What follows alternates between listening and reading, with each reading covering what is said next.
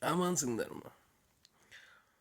Тоқсанбай топ жар келді алақай деймін. Universe, this my universe, this my universe. Dun, dun, dun, dun, dun.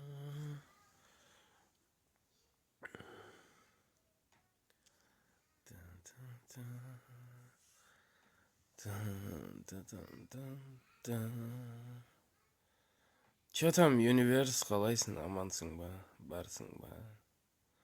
Не жаңалық болып отыр? Банкеттерден амансыңдар ма? Бүгін бас жазу.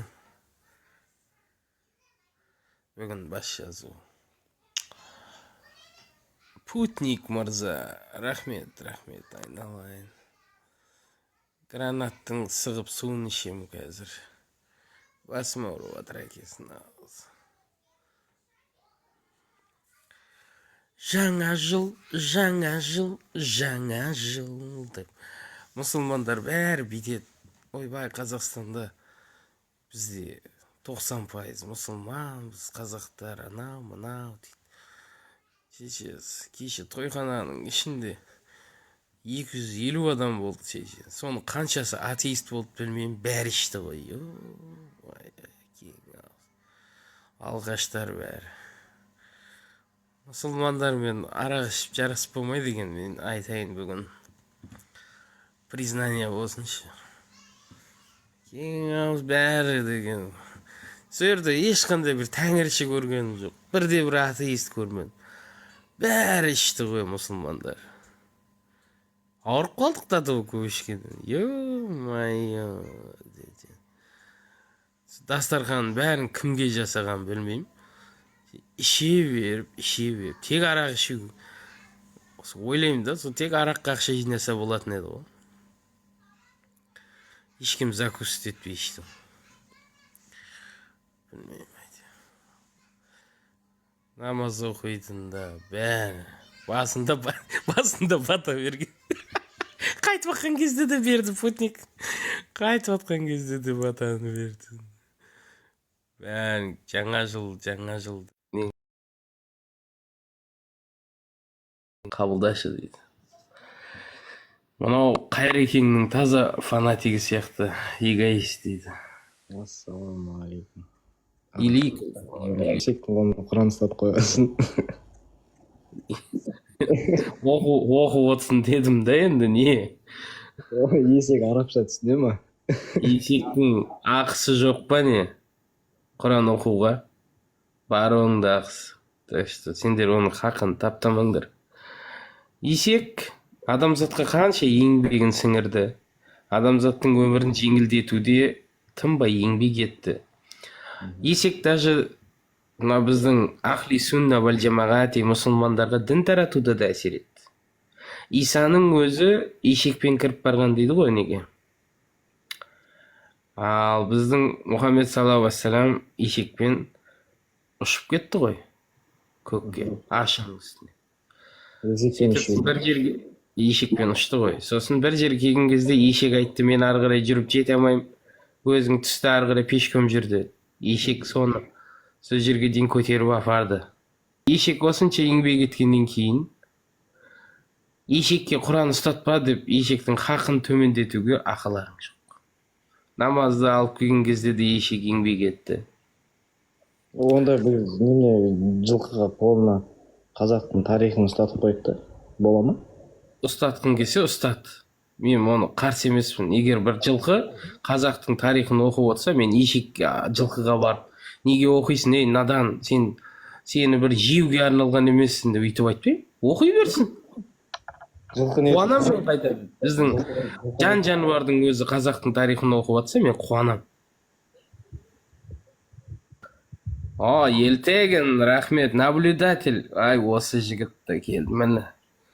Құдайға шүкір әйтеуір жамағатымыз бар, иманды. Гранаттың суын сығып береді. Ай, рахмет, айналайын. Бас ауырып жатыр еді, бір гранатовый сок ішіп отыр. Дауысым естіліп тұр ма? Естіліп жатыр. Ойбай, кеше банкет болып еді бауырым. Мұсылмандармен ішем деп шаршап қалдым ма кейін? Жаман қатты ішеді екен мұсылмандар. Сіз мұсылмансыз ба? Жоқ, Құдай сақтасын. Онда таңертең Бажам келді, бажам. Бажа қалайсың? Жақсы, жақсы. Бажа, бірдеңе айтайын саған. Мына арақты ішуге де денсаулық керек екен.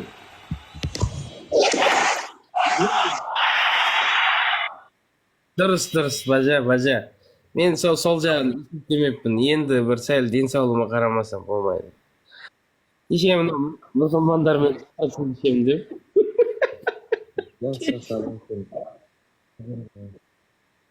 Ой, сақалдарына ағызып ішті бажа.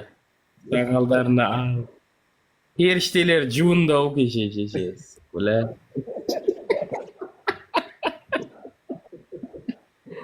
Білмеймін ол. Жақсы ішті. Базар жоқ ішеді. Ішіп отырып, Құдай қаласа дейді ғой, бажа. Алла қаласа келесі жыл дейді. Үндемей іше берме. Иә, дұрыс, дұрыс.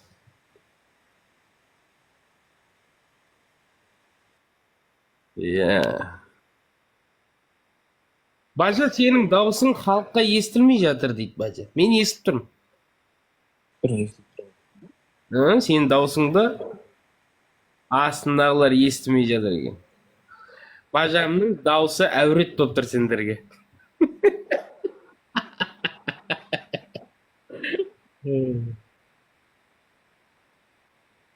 Қасиетті әруақтардың өзі қорғап тұр ғой даусын.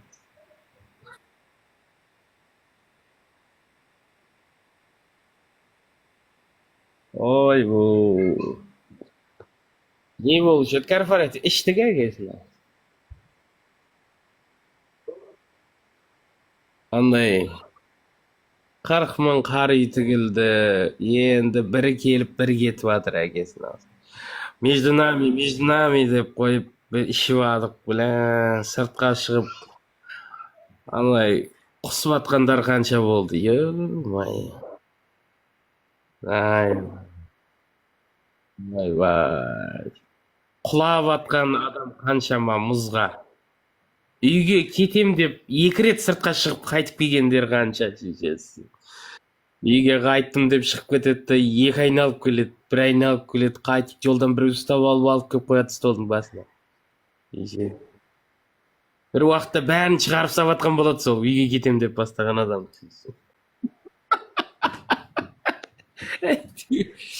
Ой, сұмдық қолды бажасын. Ой. Сен өзіміздің жұмаға барып жүрген бауырлар соның бәрі. Қатты ішеді екен, қатты ішеді екен.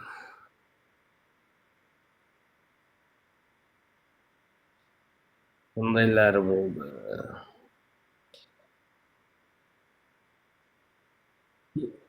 Кевадым, ұйықтадым бүгін, сөйтіп ары-бері шығып бір жаңа шай іштім кішкене. Шай ішкенем, су іштім. Оказывается, біздің судың қандай дәмді екенін енді байқадым. Өте дәмді су ішеді екенбіз ғой, енді байқадым. Сладкий су ішеді екенбіз ғой, тәтті.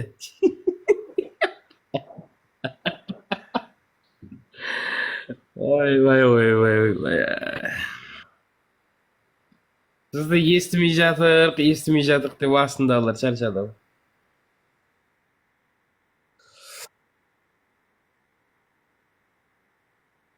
Корпоративті, ё-мае, корпоратив.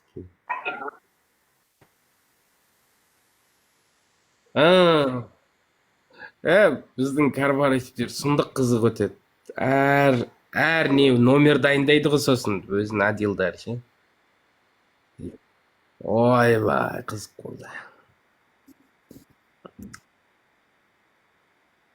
би жарыс дейді, бірдеңе дейді, анау дейді, мынау дейді. Сондай болды. Айсыз ағайын жақсы ба, амансыз ба? Аман есен, аман. Что там не тема болып отыр мында? Анау ешекті қойып қойыпсыз. Қойып. Бажа, сіз естіп бас па басқалардың даусын, Бажа? Бажан микрофон сол. Иә, естіп отырмын Бажеке. Болды. Екіншісі естіледі дейді. Мына Зевстің дауысы естіліп тұр дейді.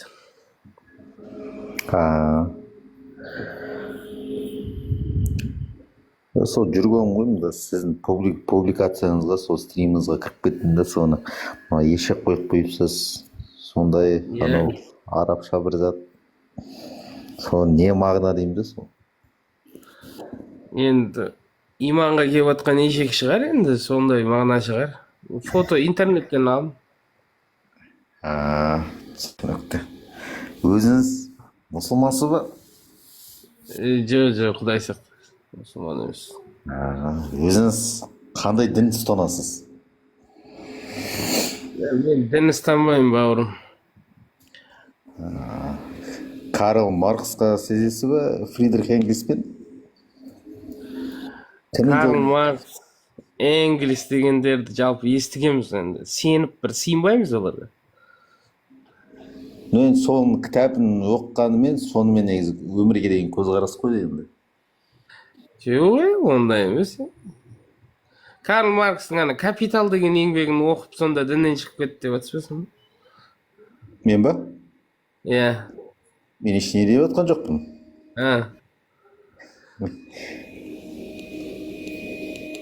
Карл Маркстың жаңа «Капитал» деген еңбегі бар емес пе? Мүмкін. Иә, оның енді ешқандай дінге қатысы жоқ. Түсінікті. Мынау деген, мысалы мынау ешекті отырғызып қойыпсыз. Мынау арабик деп тұр, мынау енді көбі Құранды ойлап қалады ғой енді мынаны. Соны мұсылман қауымына жүрегіне жақын тиеді деп ойламайсыз ба? Жоқ, жақын тимейді. Неге жақын тиеді? Оны арабша жазу болса болды, Құран деп ойламайды ғой. Мысалға, ана бір қазақтың молаларын басына барсаңыз, ана бір арабша жазулар тұрады ғой сыртында. Оны Құран деп ойламайды ғой ешкім. Бір арабша жазу шығар дейді де болды. Мына араби алфавитте жазылған кітаптар көп қой. Біраз та біздікілер ондай кітаптарды көп көрмеген де, содан Құран деп ойлап қалатын шығар мүмкін. Дұрыс айтасыз, өте дұрыс айтасыз, орынды. Ондай газеттер де бар.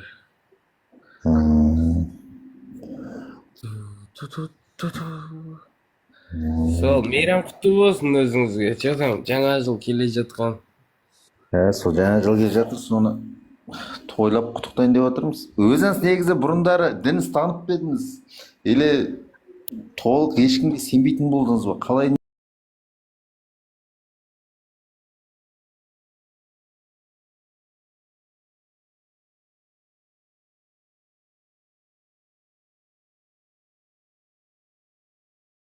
Даже университетте оқитын болсаңыз, мысалға, бір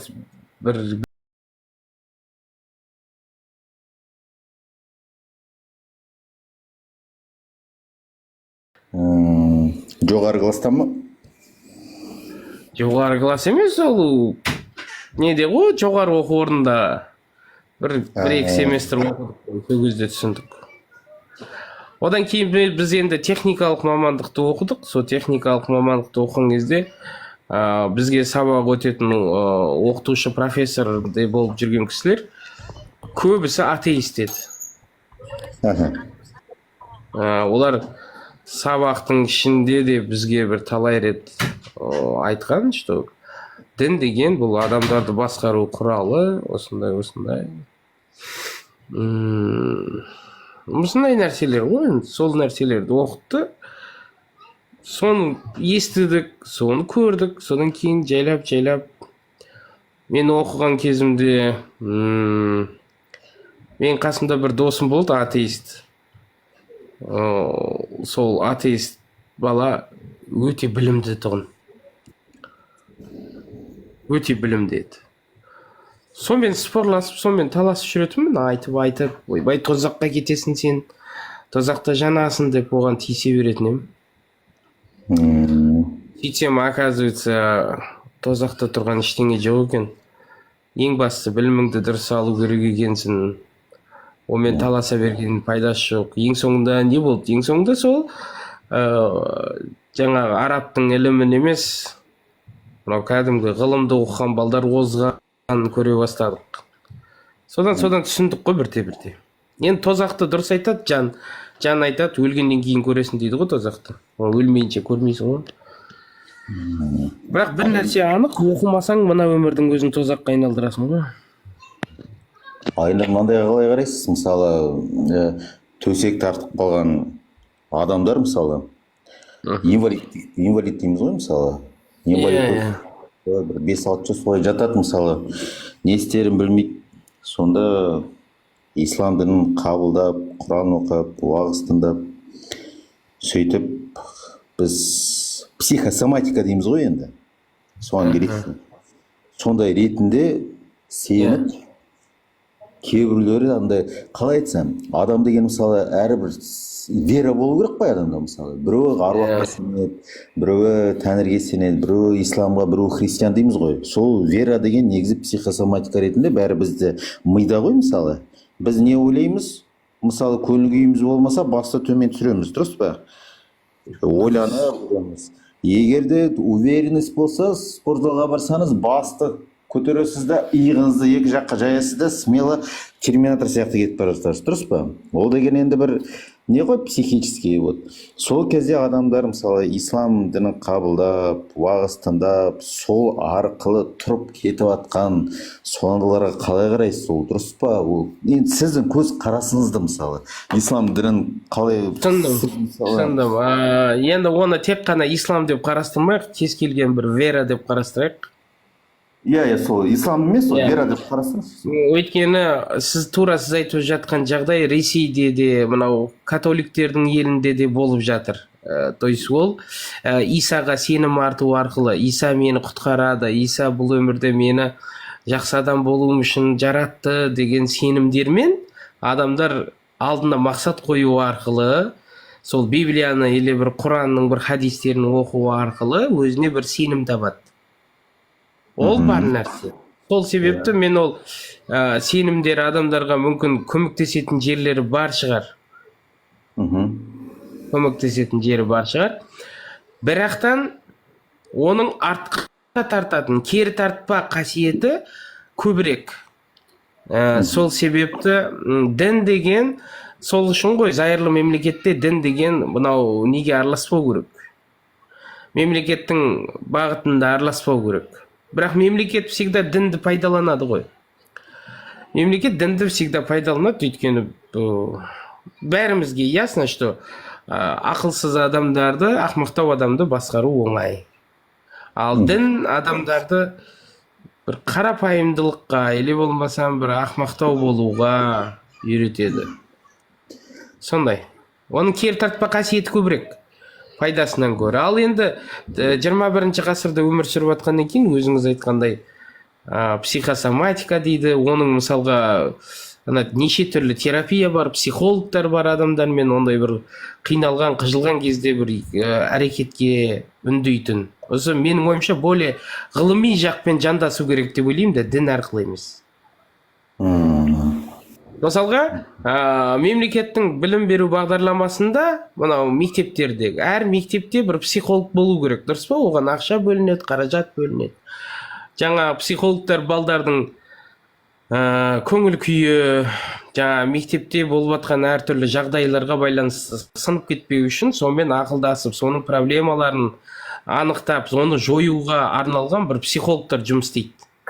Бірақ өкінішке орай, сол психологтарды дайындап шығатын жоғары оқу орындарында білімнің сапасы төмендігі кесірінен, ана жүрген психолог деген пәленшенің үйіндегі келіні, өзі үйінде енесімен ырду-дырдуды шеше алмай жүрген психолог, или болмасам бір байдан ажырасып кеткен, семьясын бытчысын шығарған психолог, или болмасам тағы басқаша психолог, кредитке батып кеткен психологтар жұмыс істейді. Олар ешқашан кішкентай балдардың бойында болып жатқан қасиеттерді анықтап тауып, оны жоюға, оның бір былайша айтқанда қызығушылығы да жоқ, сосын оның бір біліктілігі де жоқ.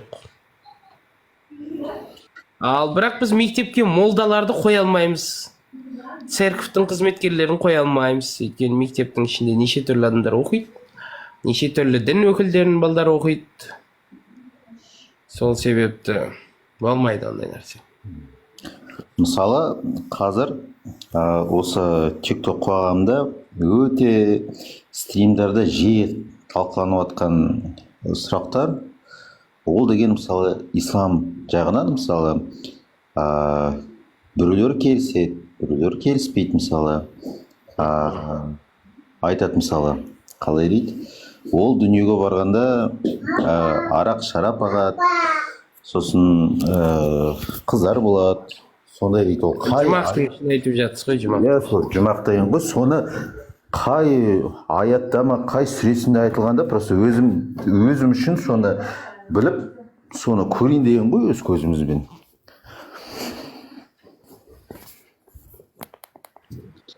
Құранның ішінде қай жерінде жазылған деп айтып сұрап жатсыз ғой, жұмақтың ішінде бар заттар. Иә, вот именно сол. Өйткені мұнда мысалы кімдер отырады ғой, мысалы тәңіршіміз дейді, мысалы олар мысалы сосын атеистпіз дейді, мысалы отырады. Сонда бір 5 стандартный сұрақ жаттап алғанда, мысалы анау вилка дейді ғой, мысалы ол сұрақ қойса, не анда бармайсың, не анда бармайсың. Мысалы мынандай сұрақ қой, примерно қоятындары. Егер де мысалы біреудің баласы қайтыс болды, сенің балаң сондай болса, сен қалар ма едің деген сұрақ қой, примерно. Сен я деп айта алмайсың ғой. И сондай стандартный сұрақ вилкалар жаттап алған. И сонымен сол сұрақтарды вот қай жерде екенін вот именно сол аяттарын білейін дегенде, аят па, соны именно солар. Мен сізге дәл қазір қай аят, қай нүктесінде екенін жұмақ туралы айта алмаймын.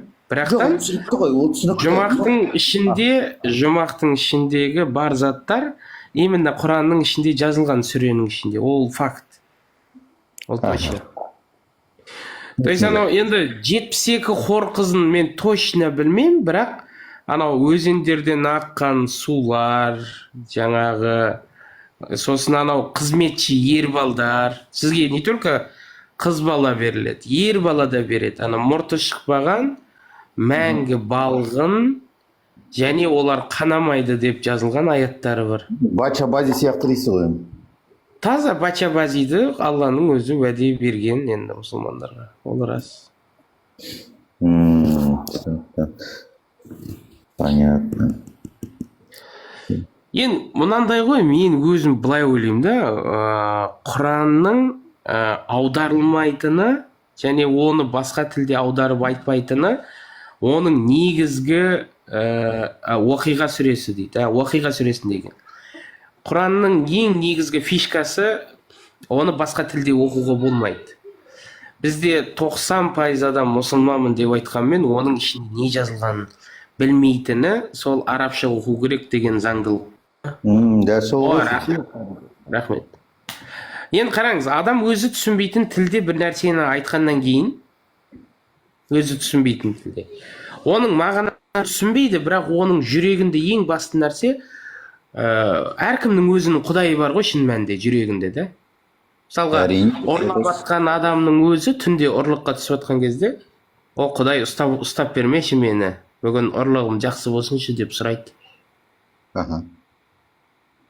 Оның ұрының пониманиясында, миындағы түсінігінде, оған құдай несібені сол ұрлық арқылы береді деп ойлайды. Сол себепті сол түсінбей қабылданған дін адамдарды Сирияға жібереді. Түсінбей жүреді, Құдайдың бір кереметтерін сезінеді, ең соңында Құдайды анау Құранның ішіндегі бір аяттарын алып шығады да, сендер мұсылмандар өліп жатқан кезде мына жақта жүрулерің харам деген аяттарды алып келеді. Болды, сонымен кетті. Сосын осы интернет қоғамында тиктокта тағы бір сұрақ бар мысалы. Сен дейді, қалай дейді, так, қазір 1 минут. Сен мұсылмансың ба деп сұрақ қоймайды, қазір айтамын. Стандартный қандай сұрақ қоясыз сіз мысалы? Мен құлсың ба деп сұрайын. Құлсың ба деп сұрайсыз? Иә. Тағы бір жаңа сол. Өйткені мұсылман болу деген бұл құлдық қой. Міне мынау сұрақ қой мысалы. Сіз жаңа айттыңыз ғой, 90% қазақ елінде халық өзін мұсылман деп санайды. Но бірақ та сол мұсылман ұстанымдарын толық ұстамайды деп. Соны мұсылман ұстанымдарын толық ұстамаған адамдар кішкентай кезден енді ата-анадан келе жатады ғой, мысалы, сен мұсылмансың, мұсылманмыз деп мысалы. Солар мұсылман емес деп санала ма сонда, кәпірді? Кімдер мұсылман емес деп саналады? Намаз оқымағандар, мешітке жиі бар. Оған мен оны мұсылман емессің деп оның бір сенімін алып тастай алмаймын мен мына жақта отыр. Иә. Өзі біледі ол мұсылман бола ма болмай ма. Бірақ мен бір нәрсе білем. Мысалға кез келген адам мұсылманмын десе, мен оған айта аламын, сен құлсың ба деп сұрақ қоя аламын. Өйткені ол оны жоққа шығара алмайды, себебі ол айтады, құлшылық жасаймын дейді. Дұрыс па? Дұрыс. Құлшылықты кім жасайды? Құл жасай ма, еркін адам жасай ма? Енді қараңызда, Құдайға құлшылық етем деген сөзден ұялмайды да, арланбайды да. Бірақ сен құлсың ба десең, арланады. Неге екі түрлі стандарт ұстанады, мен түсінбеймін осыны. Бармысыңдар? Ой, бармысыз? Бармыз. Мынау, енді сендерге айтайын деген бұл жерде тыңдап отырмын. Мен қазақпын. Қазақтың төре тұқымынанмын, ханның тұқымынанмын ал. Сендерге айтайын деген, енді сендер бар ғой, отырып алып, жаңа мұсылмандармен күресіп жатсыңдар осы бәрі. Қайсы мына тиктокты ашып қалсаң бәрі сөйтеді. Ал енді сендер мынау жаңа жыл болып жатыр, банкет болып жатыр, арақ ішіп көтін ашып жатыр қазақтар. Орыстар білгенін жасайды, қазақтар орыстан көргенін жасап жатыр. Соған не дейсіңдер? Сұрағыңыз нақтылаңызшы, өтініш. Мысалға мен кеше банкетте болдым, көке. Кеше мен арақ ішкен адамдардың 90% мұсылман болды, менімен бірге арақ ішкендер. Ішінде бірде-бір, енді 100%-ымыз мен сияқты адамдар болмады да, арақ ішіп көті ашылып жыртылып жатқанның бәрі мұсылман болды. Менде білесіз, менде ол арақ ішпе деген бір қағида жоқ, Құдайдан келген. Жоқ, былай ол. Жоқ, ол жерде қара, мысалы. Сен мұсылман дейсің, иә, мұсылмандарға қарсы шығып жатыр ғой, мысалы. Жоқ, Арман, былай түсінші, менімен арақ ішкен мұсылмандар. Жоқ, ол қандай мұсылман? Сен сұрақ тыңда, сен жауап тыңда. Бәрі мұсылманмын деп жүргендер кеше 90% мұсылмандар менімен бірге арақ ішті. Енді сен келіп айтып отырсың мұсылмандардың жанайқайын айтып тұрсың да. Ол Құдайдың айтқанын істемейтін мұсылман менің айтқанымды істей ма? Жоқ, тұратыр, сен енді қарасай сен. Олар мұсылман емес қой. Сонда біз Қазақстан мектепке тесеттір киіп бар дегендерге қарсы шыққандар мұсылман ба сонда? Не дейді? Мектепке хиджаб киіп баруға қарсы шыққан адамдар мұсылман ба? Мектепке хиджаб киюге қарсы шыққан адамдар? Мұсылман емес қой. Мұсылман. Жоқ, мұсылман емес қой. Мұсылман болмай-ақ қойсын. Қызметтегі адам мұсылман болуы мүмкін емес. Мұсылман емес. Мектепке қарсы шығып жатыр. Одан кейін жаңағы көшеде хиджаб киюге, бетін жауып жүруге қарсы шығып жатыр. Мешітке баруға қарсы шығып жатыр. Олар мұсылман емес қой. Онда мұсылмандықтың Қазақстанға Қарасай, тойда да, сен тойда да арақ ішіп, көтін ашып жүргендерді мұсылман екенін қайдан біліп қалдың? Өйткені ішіп атқан кезде Алла осы несібемізден арылмасын, Алла осы тойымыз таусылмасын деп тос айтады ғой, мен содан байқаймын. Оттарсың олай айтты. Мен бірге ішетіндер сөйтіп айтады. Өтірік айтпайсың. Анда сен танкистер, ол танкистер солай айтады ғой. Мен тәңірші емеспін. Мен ешқандай дін ұстанбаймын, бірақ менімен бірге ішіп атқан 90% мұсылмандар. Жоқ, танкистерге де арақ ішуге болады екен. Танкистер бар ғой. Мен танкист танымаймын. Мен өмірде танкист көрмегенмін. Олар жоқ, қызықты айтайын енді. Олар айтады, ақ. Ол ақ деген сөз әдемі нәрсе дейді. Ал дұрыс болса. Арман, бүйтейікші, арамызда тәңірші жоқ. Оны бір обсуждать етпей-ақ қойшы. Жоқ, енді соны айтайық енді, неге сендерді мен көрдім. Жоқ, мен тәңірші емеспін ғой. Мен мысалға сен сұрақты маған қойсаң, мен тәңірші болсам, мен айтатын едім, ол мәселеге жауап бере аламын да. Сен тәңіршілердің арасынан көрдім ғой, мен сені білемін ғой. Енді мен сен мені мұсылмандардың арасында көргенсің мысалға. Мен мұсылман емеспін ғой. Жоқ, мұсылманның арасында көрген жоқ, мен сен тәңіршілердің арасында. Мен барып тұрамын мұсылмандардың эфиріне. Көресің ғой сол сияқты. Енді сөйлесейік. Сен менің сеніміме байланысты сұрақ қойшы, өтініш. Тәңірші дейін ба? Ау, Сен қандай сен? Қандай сен? Мен шайнекке сенемін, братан, шайнекке. Шайнекке? Вот шайнектен ши беруге болады ғой саған, не значит? Шайнектен шай ішеміз, үйде су қайнатамыз, шайнекпен тағы не істейміз? Ақ ішесің ғой, ақ. Жоқ, шайнекке құйып ішпейміз. Бірақ андау исламский тойларда ішеміз шайнекпен. Өткенде сендерді ана академик дегенді ұрып кетті ғой біреулер, иә? Білмеймін, танымаймын оны мен. Академик, сен другың екеуің бірге сөйлеген жоқсыңдар, помнишь? Жоқ, білмеймін. Мен сендермен бірге болдым ғой бір неде. Енді Арман танымаймын дедім ғой, неге? Қой, таста сен секіріп кете бердіңдер ме сендерді? Қойшы, маған жала жауы келдің ғой, біле бір конкретно. Жоқ, жала емес, жігіт болсаңдар, точно сөйлендірсе қазақ болсаңдар. Енді айтшы, бір маған қатысты нәрсе сөйлеші. Конкретно мен қазақпын да, просто мен бар ғой, сендер сияқты өтірік айтып, қай жерден ақша алып жүрсіңдер, соны айтыңдарсай шоданды. Жұмыстан аламыз ақшаны, братан. Қайдағы жұмыс сендер мұнаны осыны уағыздап өтіп, мұсылмандан неге мұсылмандан жамандай бересіңдер, айтшы. Мұсылмандан кім жамандап отыр? Кім жамандап отыр? Мына Құранды қойып қойсыңдар. Бұл немене, мына фото немене?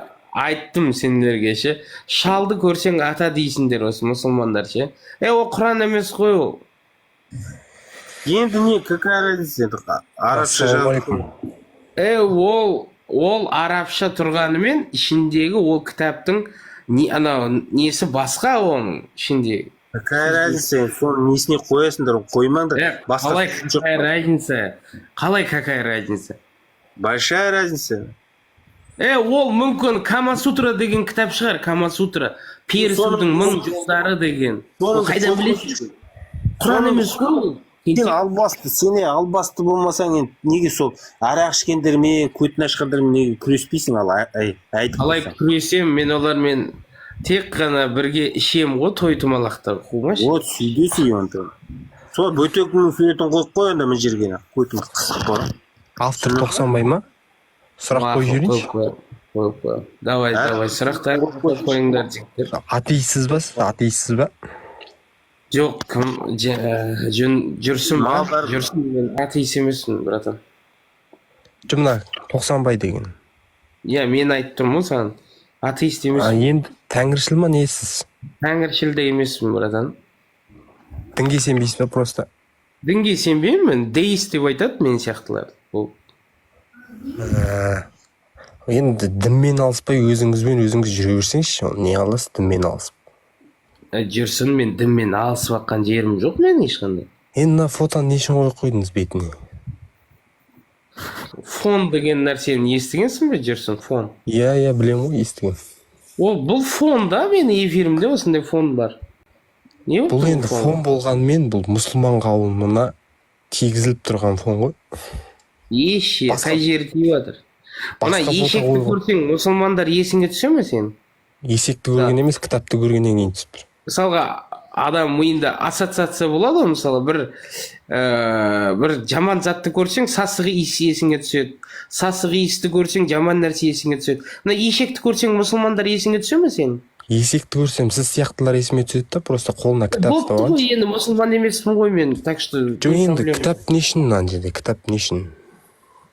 басқа фото Есектің жетеді ғой, оқып басқа отқан фото кітабы, қойып мультфильм жүрсің. көресің да, сен ана Том и Джерри көрсең, мысықтың кітап оқып отқанын көресің, тышқанның кітап оқып отқанын көресің. Ол жерде Онда сыртында Құран деп жазылып тұрған жоқ қой, ол жерде сыртында Құран деп жазылып Құран тұр. емес қой Басқа бұл, бір- Құран емес қой, жүрсін, неменеге қиналып жатсың?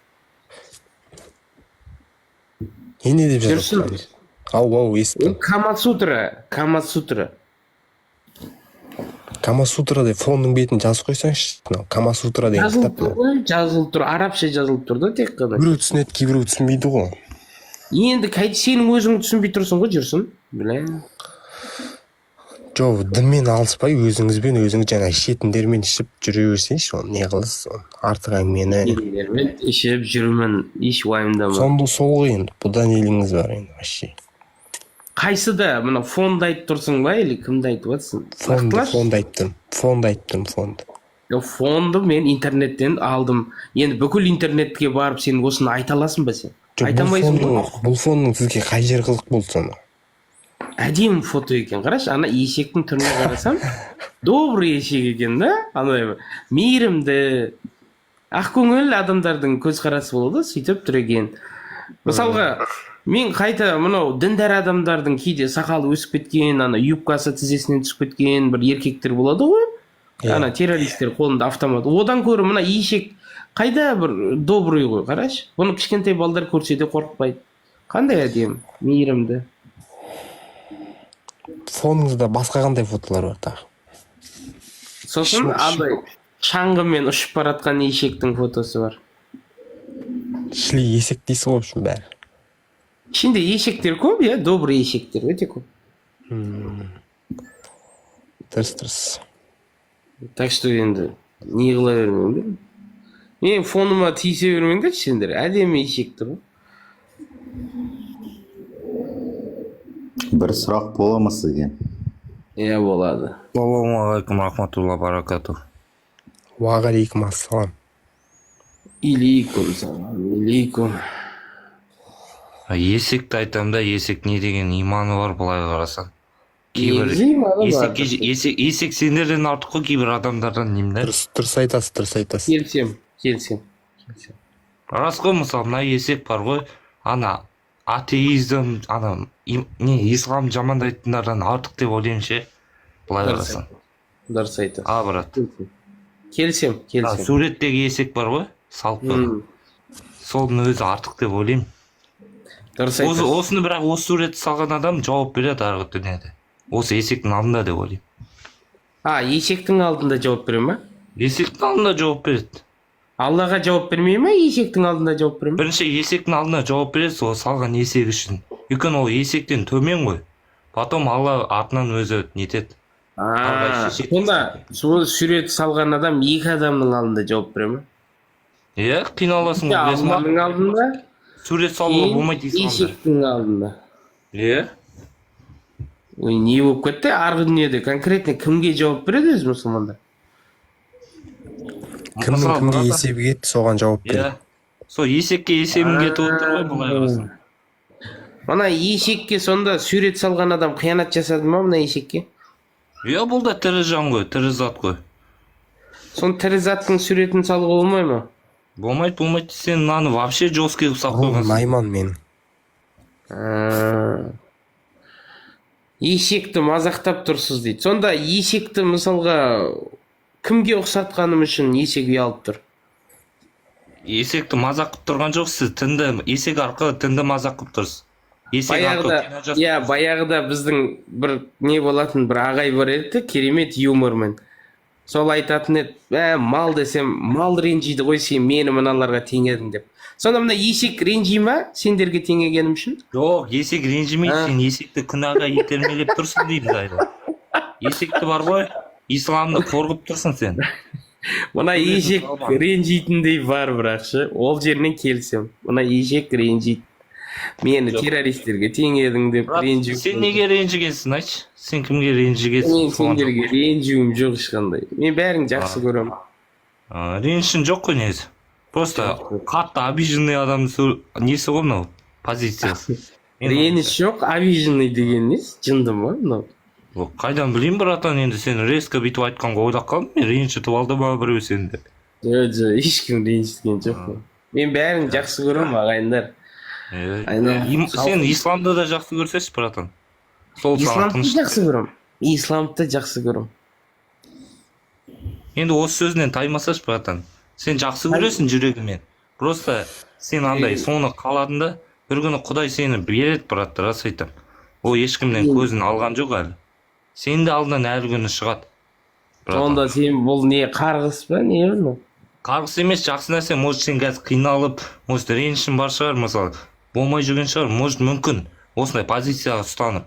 Ал сен бір күні Алла тағала саған иман береді, алдынан бәрі келеді, ертеңгі күні Құдай қаласа мықты молда болып кетесің, білмейсің ғой.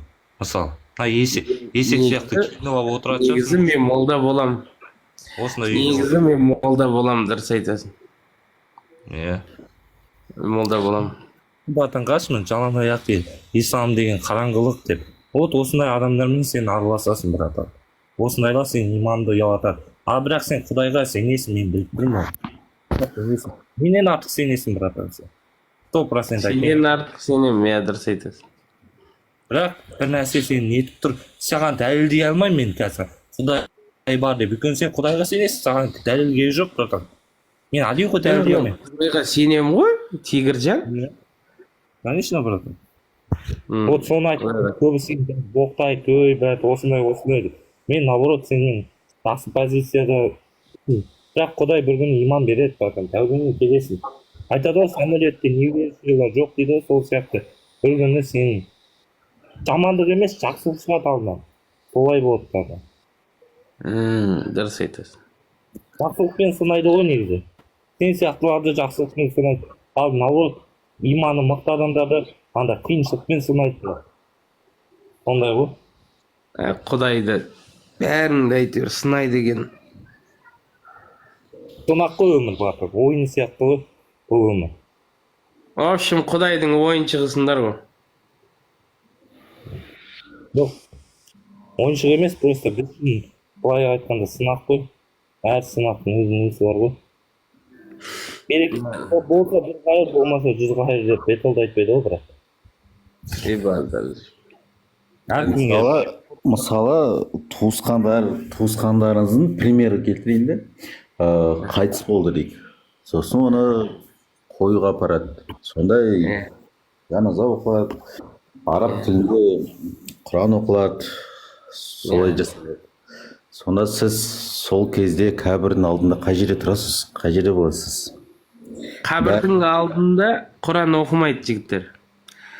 Қабірден шыққаннан кейін пәленше қадам өтесін, содан кейін барып оқылады, адам жерге қойылғаннан кейін. Ал енді жаназа деген бұл өліп қалған адамның оқылмай қалып кеткен намаздарын бәрі қосылып, осы сауабымызды сол адамға арнайық деген ниетпен оқиды. Оған мысалға мен барып қатысам мұндай нәрсеге. Конечно, братан, енді ол қайтыс болған адам. Енді мен мысалға бір досым мұсылман болса, соның үйінде бір қайғылы жағдай болып жатса, мен енді бәрі үйіп жатқан жерге барып тұрам да. Енді себебі бір құрметін көрсетесің ғой сен барғаннан кейін, оның көңіліне ортақ болу үшін барасың. Қатеспе, брат, құрмет емес. Ол сен барсың, сен парызыңды орындап жатсың. Сен құрметке жаппа, брат. Мен үшін жауап бермеші. Інім, мен өзім не үшін баратынымды айтып беріп жатырмын да енді. Несі, парыз ретінде барасың ғой, ұяласың. Жоқ, қош қумашы. Ол сен сөйтіп барасың. Мен мысалға сыйлағаннан барам. Сөйтіп сыйлап барып, соларын қатысам. Сонысын көрем, бірақ енді оқып жатқан кезінде мыналарың дұрыс емес деп араласып кетпеймін, өйткені бір адам несі болып жатыр, жиыны болып жатыр, өйтпеймін да. шын ба? түсінікті. Бар болғаны. Соның өзінде де мен ешкімге сенбеймін деп айтады. Енді мен оны дінге сенбеймін да, братан. Дінге сенбеймін. Дінге сенеді, братан. Сеніп тұр, исламға сенеді ғой. Мен үшін неге жауап ойлап қалмайсың? Жақсы, рахмет. Братан, психология сондай. Қандай сондай? Сен иманың күшті, братан. Менен күшті иман. Даже, может, кейбіреумен имамдармен бірге тең шығар сенікі. Имамдармен влог отырып шай ішем ғой.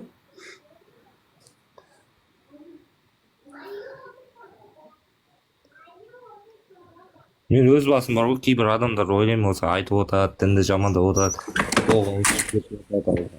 Ойлаймын да осы кісілерді. Мысалы, смысл жоқ қой, если ол Құдайға сенбесе, ол Құдайды айтып, өзінің миын қатырып бір болмайтын нәрсе. Ол, значит, біліп тұрып істеп отыр ғой оны. Біліп тұрған істем адам күнәһар ғой негізі. Күнә деп ойлайды да істейді оны. Бірақ, ол глубине души Аллаға сенеді да, бір жерде айналып кетті. Мен білемін да просто. А так, нағыз атеист, шатағы жоқ ол. Исламда да шатағы жоқ, христианда да шатағы жоқ. Ол өзінің кайфымен даже мән бермейді, тапашы яғни нахуй дейді да ішінен жүре береді. Ал кейбіреу отырып атта ислам деген мынандай есекті қойып қояды сендер террорист пидорасыңдар. Сөйтіп отырады да, бірақ өзіне дұрысы біледі. Қайсысы дұрыс екен, қайсысы жаман екен. Мен солай ойлаймын өзім, басым.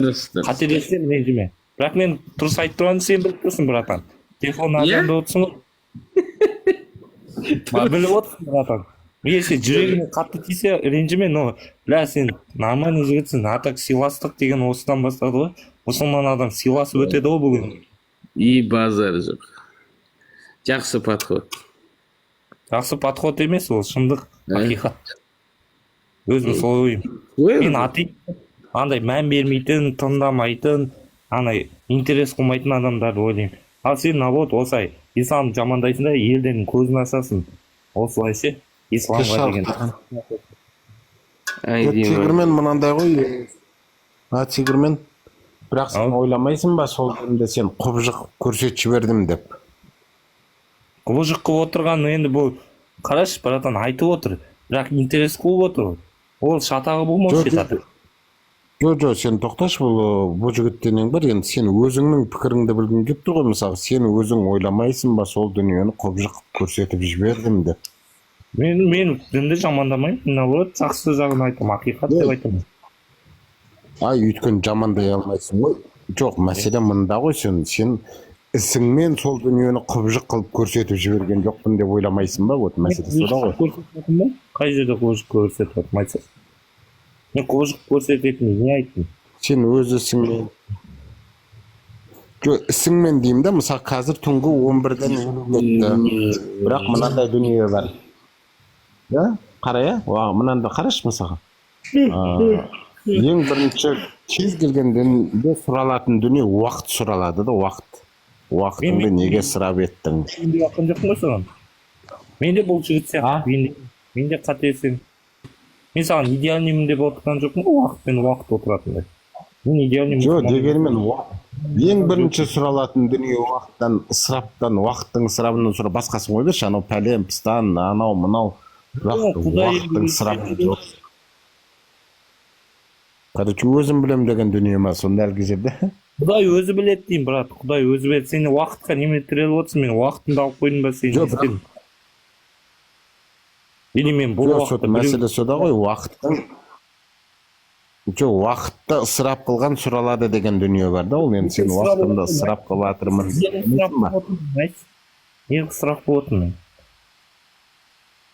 Түнгі 10 мен 11-дің кезінде ең дені сау гормональный фондардың бар қалыптасатын уақыты ұйықтаған кезеңде. Біз ғой енді 60-тан асып кеткен, біз өлетін уақытымыз жақындап қалып, бізге гормональный фон енді төмендемесе өспейді да. Енді аға денсаулық берсін, енді әркім ұйқысы келген кезде ұйықтайды.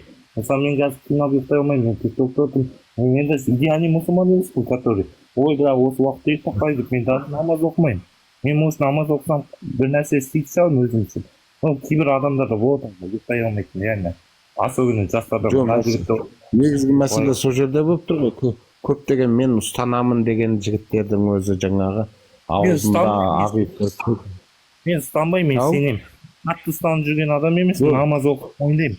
Мен пендемін, бірақ жүрегім жасаймын оны.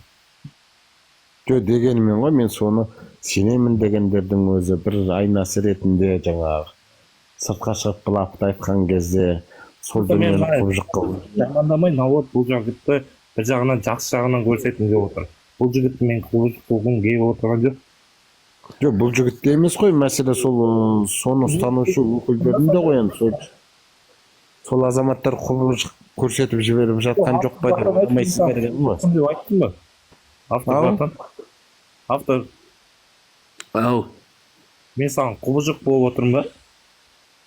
сен ба? Монстр болып отырмын ба саған? жоқ сен Иә, мен саған монстр болып отырмын ба? Жоқ, нормально енді әдемі қылсың, әдемі. Жеп қояйын деп отыр. Жоқ. жоқ тоқсан бұл жігіттің дамады деймін негізі. Сағат болған уақыт. Мен естімей қалдым қазір мына темекі шегуге шыққан. Мен сен құбыжық болып отыр екен, братан. Мен құбыжық болып отыр екен саған. Құбыжық емес, әдемі қылсың сен. Риза болдым саған, бұл- жақсы қылып. Жоқ, аға, сіз енді айтып отырсыз. Аманбыз Құрайла, аманбыз. Мына Абу Құрайла. Басынан бастайықшы, не болып жатыр, не әңгіме? Че там? Жоқ, Тигрге айтып жатырмын да, енді мына жұрттың бәрі мынау сізді. Ой, құр сейтті. Тигрден сұрап жатырмын ғой, мен енді мысалы ойлап көрейік, мына анализ жасап көрейік деймін да, мысалы. Сіз ойламайсыз ба, осы мысалы ұстанып жүрген дүниеңізді өзіңіз іс-әрекетіңізбен құбыжық қылып елге көрсетіп жіберіп жатқан жоқсыз ба? Сіз секілді жігіттер соны құбыжық көрсетіп жатқан жоқ па деген ой сұрап көр. Иә, болды, түсіндім. Автор братан. Мен сені Негізі менің ойым дұрыс па? Дұрыс. сұрақ қойшы, автор братан. Автор братан. Мен саған монстр болып тұрмын ба? Жоқ. Көтімді айырып алайын деген бір пидораз болып тұрмын ба дейді. Айтасыз? Ит тұрған жоқсың, нормальныйсың. Сен тура мен кеше банкетте ішіп жатқан братандар сияқтысың, қасындағы мұсылмандар сияқтысың. Сен мені уважаешь, сен мені сыйлайсың ба? Айтшы. Тоқсанбай, сен мені сыйлайсың ғой, ә, дейтін кешегі мұсылмандар есіме түсіп жатыр. Олар сүтпен өтеді ғой, сол мұсылман бауырларымызды сыйласай, оларды Дұрыс. Кеше бар ғой, Тигрбай, кеше банкетте болғанбыз. Иә. Мынау мұсылмандар келген кезде өмір маған айтады, Қазақстанда 90% мұсылманбыз дейді. Кеше анау 250 адам жиналдық ана жерде. 250-дің бір 220-сы мұсылман. Ой, ішті ғой бәрі. Сен де мұсылмансың. Дейді, ой, жоқ, мен мұсылман емеспін ғой. Жаңа мен ішкен мұсылмандардың бәрі Құдайдың айтқанын істемей жүрген мұсылмандар да. Сен мені сыйлайсың ба? Мені құбыжық деп ойлама, мен жақсы адаммын. Қалай жағдайды Архан? Ассалаумағалейкум бәріне, қалайсыздар? Не тема болып отыр ағайын? О, Такен де ағам келді. Братан, Такен де қалайсың? Жақсы ақырында шүкір Алла деп. Аллаға Не болды шүкір. Тоқсанбай? Не жетпей жатыр айтшы? Ой, жынды ғой. Не жетпей жатқанын ашын айтайын. Аманитте барлық Құдай, yaxshimisilar? 2 миллион доллар жетпей жатыр. Такен де, братан, сұрақ қойын ба саған? Бұндай әңгіме болады. Savolim bor de. Tavhid aka, keling, qanday savolingiz bor? Ayting. Qandaqsiz, ishingiz yaxshimi deb qo'ysang? Rahmat, alhamdulillah, Allohning izni bilan. Men videoshiga savolim bor, aka. Eshitaman, taqsir. Hozir ozgincha e'tiqodni masxaralab qo'yib qo'yibdi-da, shunga bularni onasi fohishami? Ya'ni fohishani bolasi bo'ladimi u videoshi? Yo'q, undoq emas. Iymoni bor, alhamdulillah. Aslo xatolashdingiz akasi. Agar onasi fohisha bo'lmasa, nimaga biz e'tiqodni haqorat qilyapti? Bu sizni e'tiqodingizga hech ham aloqasi yo'q-da bu fotoni, jigar. Yo'q, nimani qo'yib qo'yibdi? Ha bu eshak kitob o'qib o'tgan eshakda bu eshak bilan e'tiqodingiz bitta narsa emas-ku. Yo bratan qo'y eshikdir men o'zbeklarni bilasizmi qattiq. To'g'rimi? Yaqin. Mana shu gapni mani yuzimga ayta olasizmi? Kim gapirdi hozir shu gapni? Voy yuzingizga emas, mana shu orqangizga ham aytaman. Mana shu glazogingizga qarab aytaman. Orqangizga Demak, sizga ham olingiz fohishami? ko'chingizga qarab aytaman. Sallani ham oning fohishami? U najas. Yo, u sizni Oysha onangiz fohisha. Muhammad akangiz O fohisha. najas, la'natulloh. Nimaga bizni e'tiqodda masxaralab o'tiribsizlar? Yo sallani oningdan kimdir so'ksa haqqi bormi? E'tiqodingizga qotag'im akasi. Mana qara, o najas, san oningdan kimdir so'ksa haqqi bormi, yo'qmi? Shuni ayt. Hech kimda haqqisi yo'q, jigarjon. Bizni ham e'tiqodni masxaralashga haqqlaring yo'q bo'lmasa, la'natulloh najaslar nimaga masxaralab o'tiribsizlar? E'tiqodingizga Abu Tolibni qotag'im. E'tiqodingizga. Tavhid.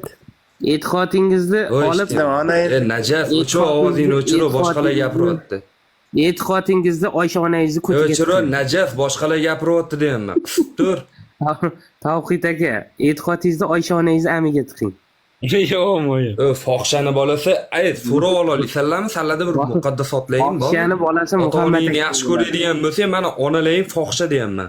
So'rab olasizlarmi? 100%. Tavhidjon, sizni Oysha onangiz fohisha.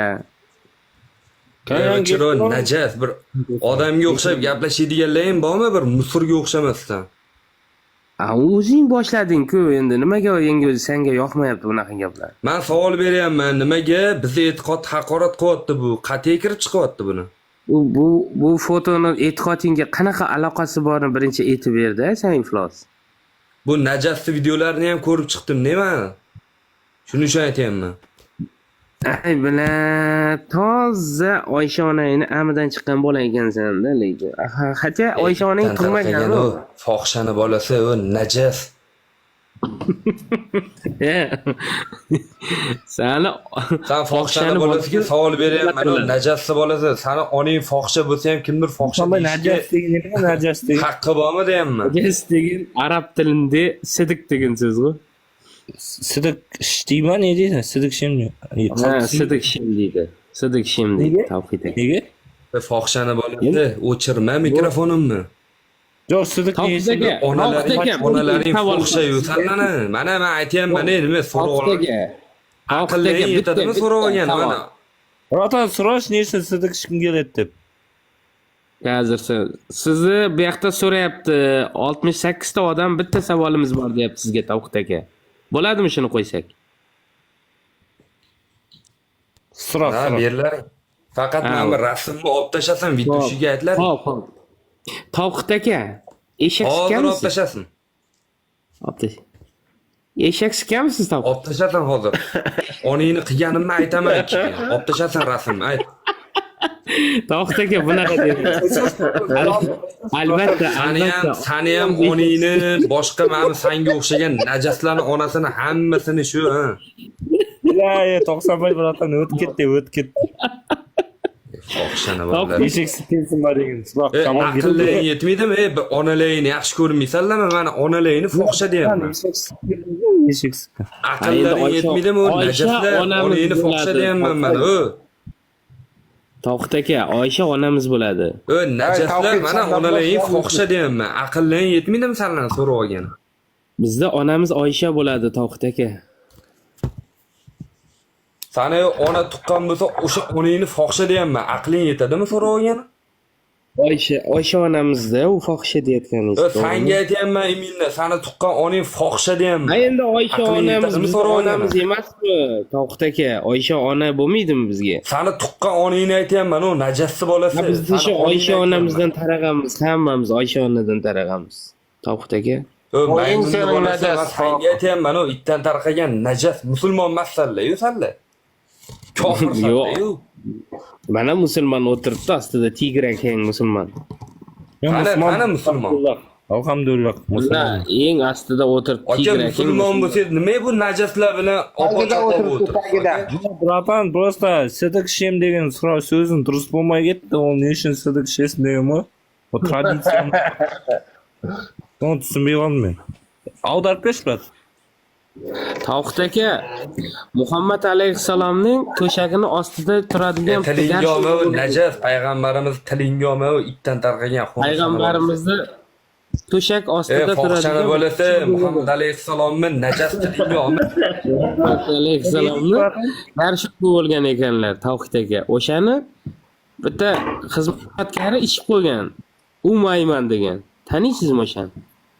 O'shan najas ichganda o'sha kishi. Siz shu haqida aytib bering bizga. Yo'q, bratan kim sidik ishim deyapti o'zi. So'ni aytmas, tushunmayapsiz. Tavqid ishim deydi. Muhammad akamiz sidigini ichaman. Tovuq aka, mikrofoningizni oching onasini. Kim sidik ishim? Onalayni ham hurmat qilmaysan lekin men onalayni fohsha deyapman. Nima bu najaslar islomda tashqari bo'lgan kofir odamlar nima onasi uchun so'ra olmaydi? Nima uchun? Mana meni e'tiqodimni haqorat qilyapsan-ku itdan tarqagan. Yuz ko'rish. Qayerda ko'rishamiz? Qayerda ko'rishamiz? Topib tashlamisiz? Tushunmadim. Keling ko'rishamiz. Qayerda ko'rishasiz? Asa qattaligingni aytib bo'pti. Topib tashlamisiz? Qayerdasiz? Black kim sidik? Voy bomba. Koreyada yurib qanaqa qilib aytasiz aytdi Koreyada yurib. Qanaqa qilib bu? Sen adresing точно aytib go'siydan tushmay tura olasanmi hozir? Точно aytib turg'usidan tushmay turaman. Erkakchasiga. Bo'ldi, yoz adresi mana shuncha odam turibdi, yoz. Yozib olindi. Jeltoqsan ko'chasi 13-uyga kel hozir. Sen tilingni tushunmayapman, yoz deyapman. Men bitga yozib bo'pti. Basharang. Mana shuni skrin qo'yib bo'ldi. Najas bolasi. Tavhid ruscha tushunamisiz? Ruscha tushunasanmi? Bu adres pastdan yozib bo'pti. Men shunda skrin qo'yib. Karischa yozib beraymi? Ha, yoz karischa. Oxiriga meni onam fohsha deb yozib qo'ygan bo'ptimi? Yo'q, ostiga yozaman Muhammad pedofil, Oysha jallab deb yozib beraman. Najassi bolasi, haromi. Fohshani bolasi. Sallada bir muqaddas narsalarni ham yo'q, oningni fohsha deyapman meni. Otingni xonasi deyapman.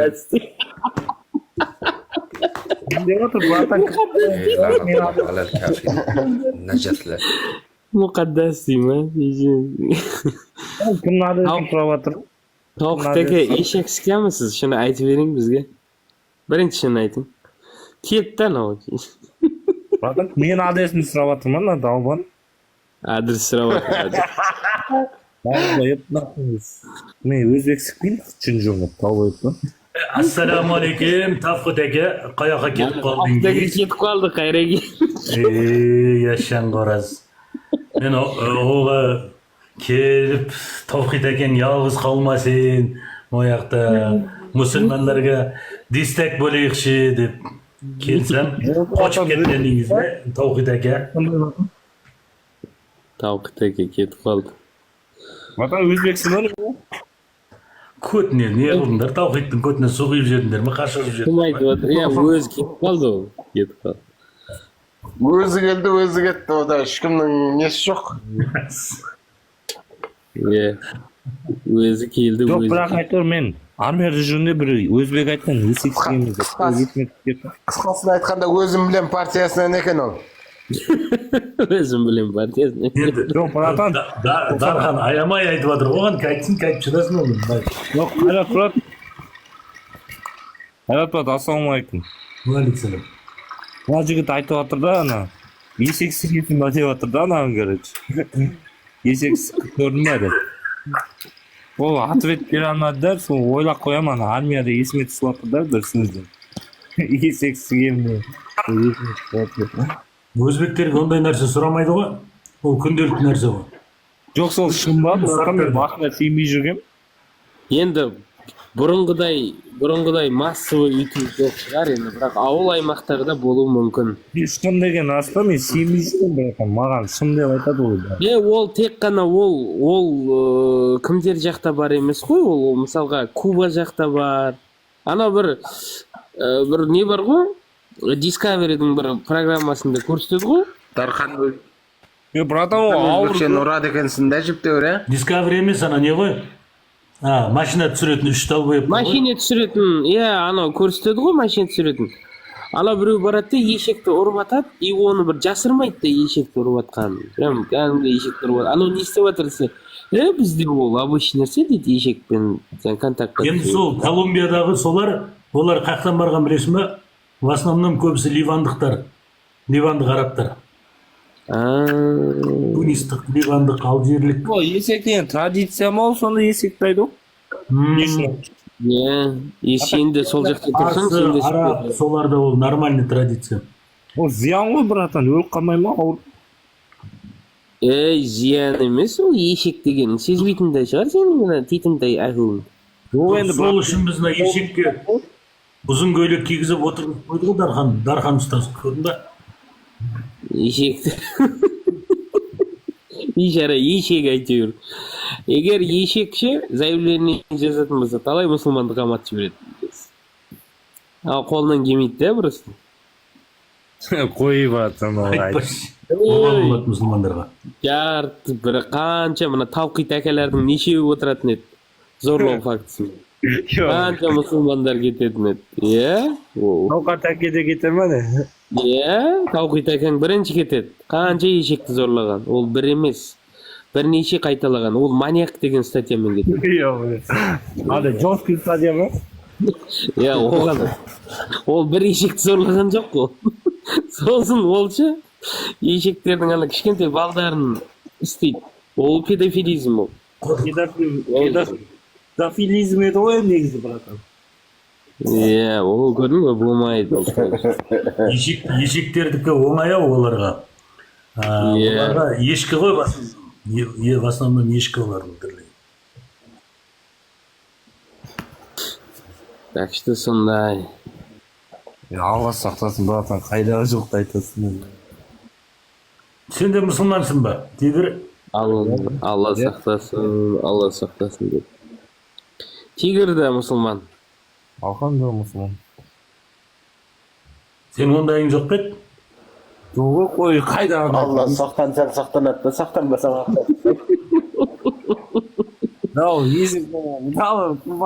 Дархан, қой мына Тигрдің қасында отырып апасын не ғой, сүйін не жерде құрысын мұсылмандардың отырып бір жерін. Байқа, братан, есек өзін беріп кетпесін зайы. Тигрдің. Жоқ, братан, есекке прикол ұстай берген. Осы есекке тиісе береді әйтеуір мұсылмандар. Ұнатпайды есек. Жоғы есек деген ол адал. Бірақ еті арам да. Еті ғана арам. Жұмысы адал да. Етін арам қылып тастаған әйтеуір. Енді етін жей алмайсың ғой, сен қалай жейсің етін? Есектің етін? Біз жемейміз да, просто оны бірақ жейтін елдер көп қой.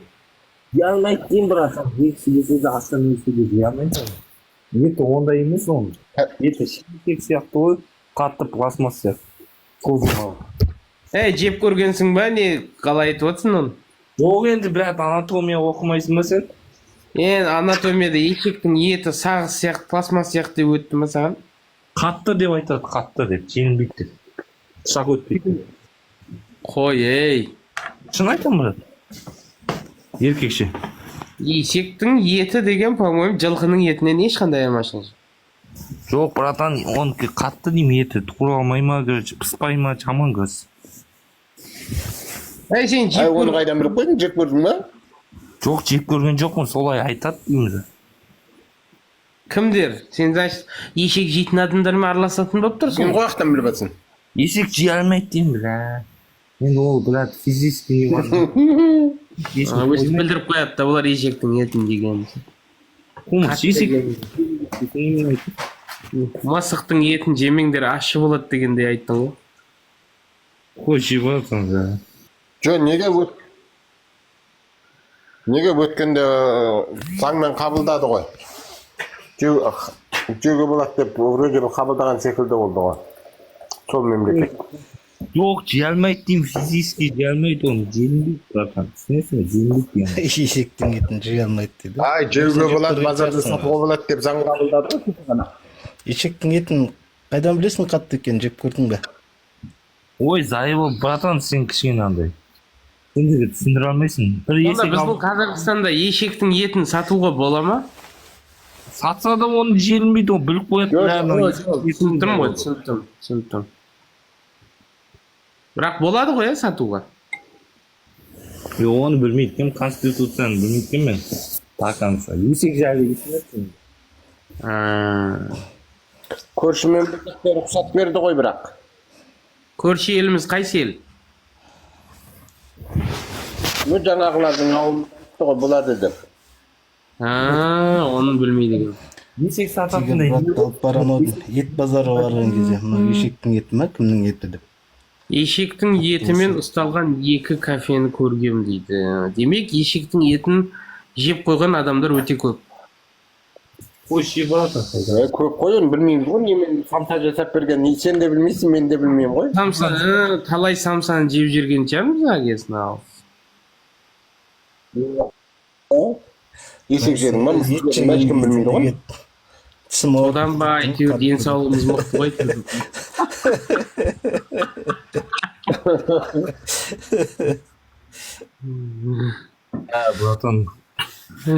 Братан, мен сендердің сөздеріне неге екен білмеймін.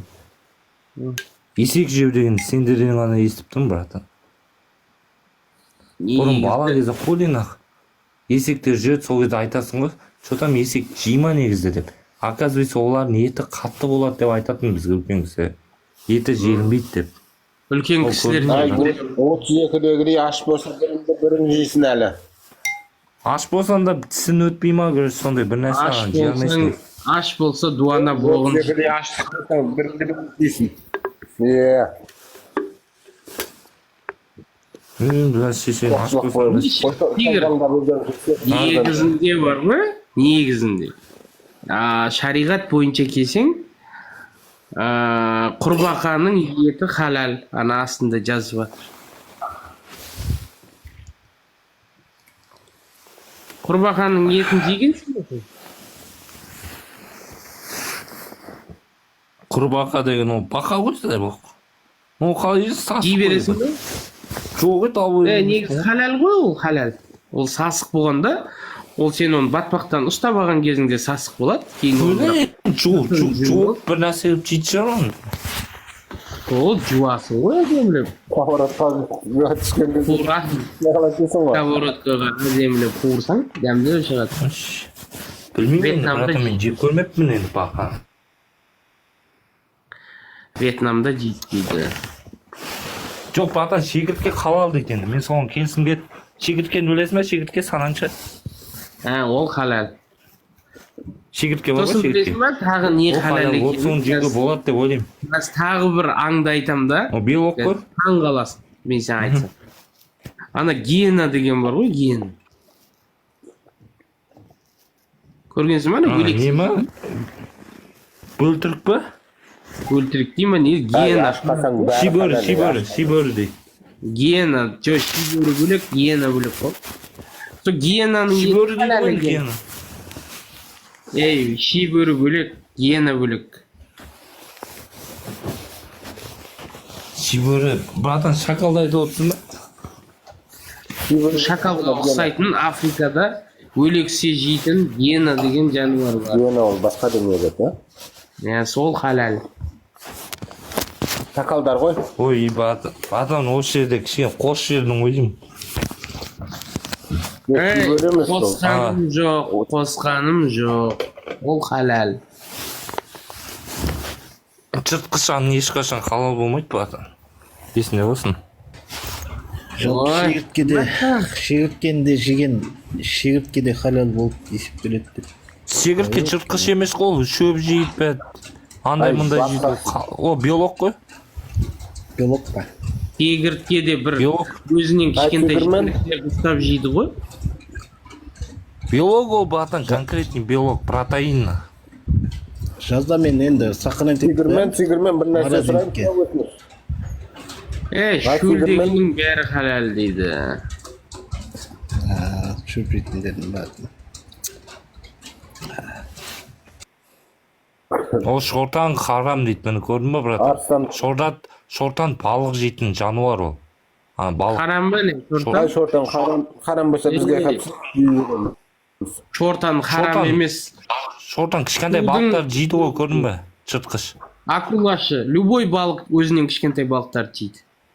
Сол ғой, акула да харам. Негізі бар ғой, айтады ғой. Нені айтады, братан? Бір сөзінде айтады болса, оқ қағым. Негізі дейді да, балық жердің құрты дейді ғой, судың құрты. Мысалы, жерде құрт бар ғой, балық судың құрты дейді ғой, ойлашы. Короче, жаман нәрсе ол балық. Тигірмен басқасын қайдам мына харам деп білесің ба? Біреудің миын жеу ол точно харам негізі. Мен сен миыңды жеп аққан жоқпын, братан. Мен саған конкретно сұрақтарымды жауап беріп отырмын.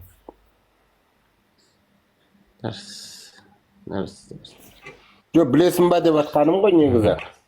Суда кім айтқан? Білмейді кім. Ана бір хадис бар, судың ішінде әкем өмір сүрсе, әкем жейтінем деген. Ол мұсылмандардың Ой, братан, кел. Судың ішіндегі любой нәрсе халал.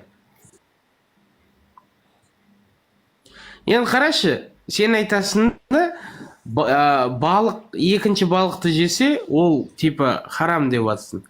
Жыртқыш қой, жыртқыш жануар всегда харам. Жұмақтың ішінде киттің етінен сен... Зайбал сен. Анаған жауап беріп кетейші комментарияда. Өз болғанда өзін жешкі, анда не? Сөз айта бер, братан.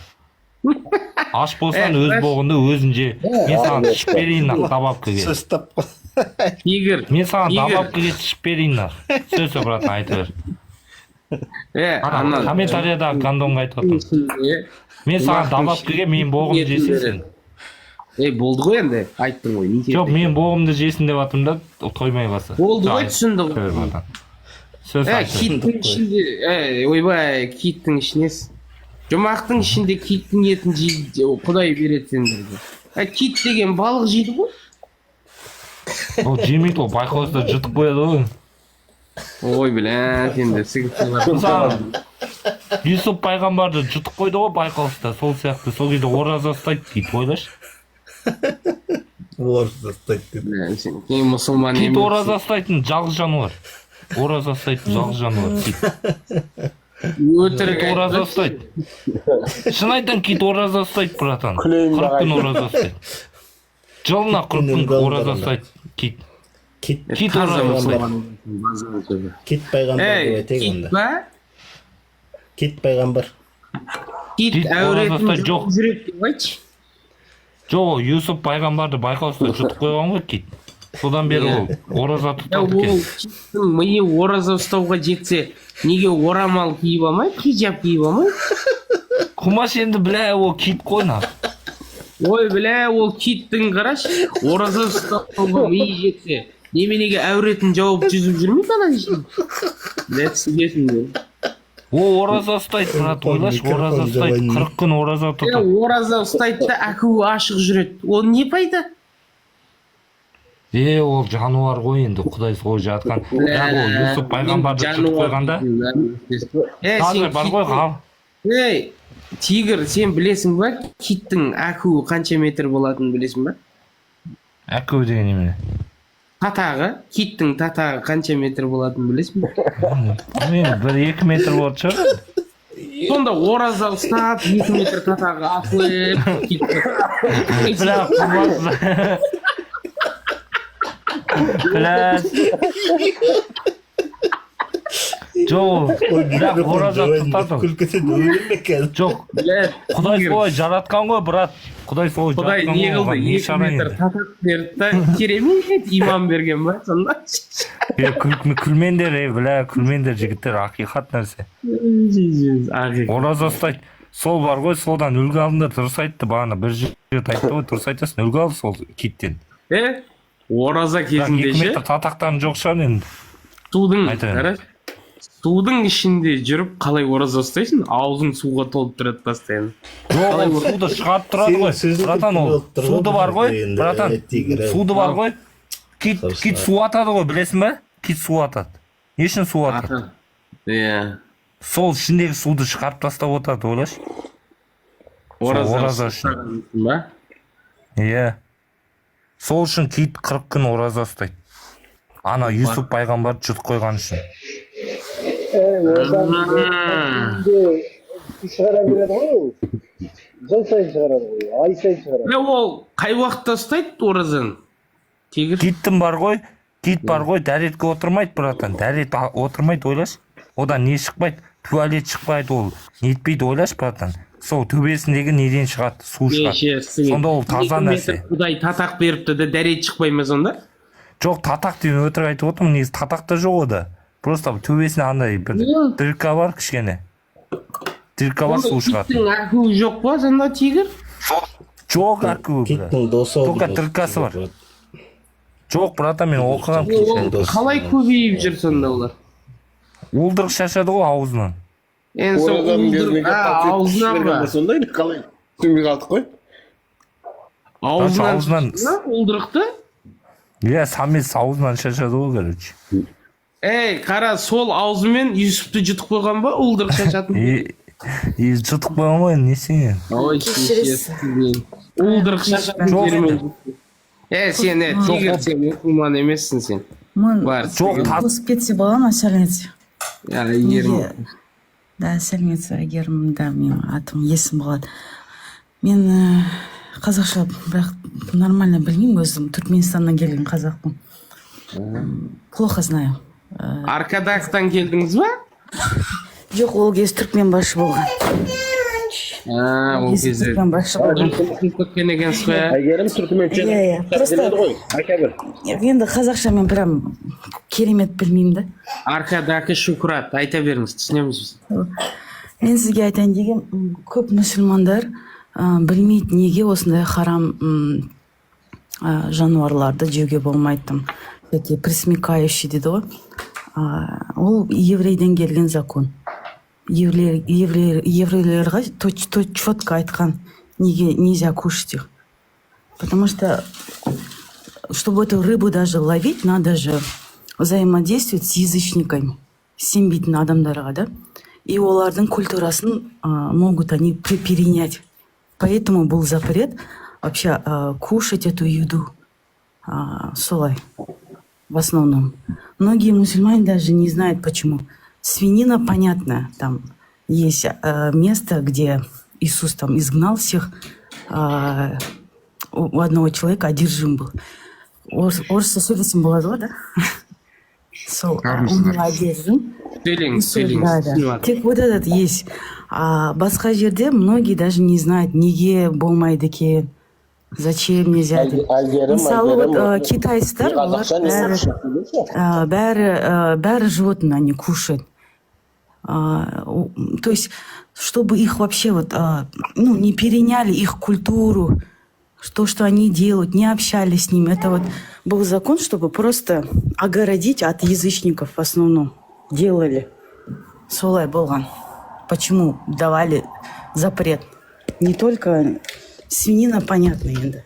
Остальные там многие даже не знают, зачем запрещают. Ол кезде... Армысыздар, қалдарыңыз қалай? Еврейлерде каширный, не каширный ма, не сөйтіп бөлінеді солай, да? Каширный дейді. Олардың каширныйы өте қиын. Даниловский пост қой ол деген. Ол каширный деген былай. 3 нельзя кушать мясо, молочку и мучное. Вот это вот кашир.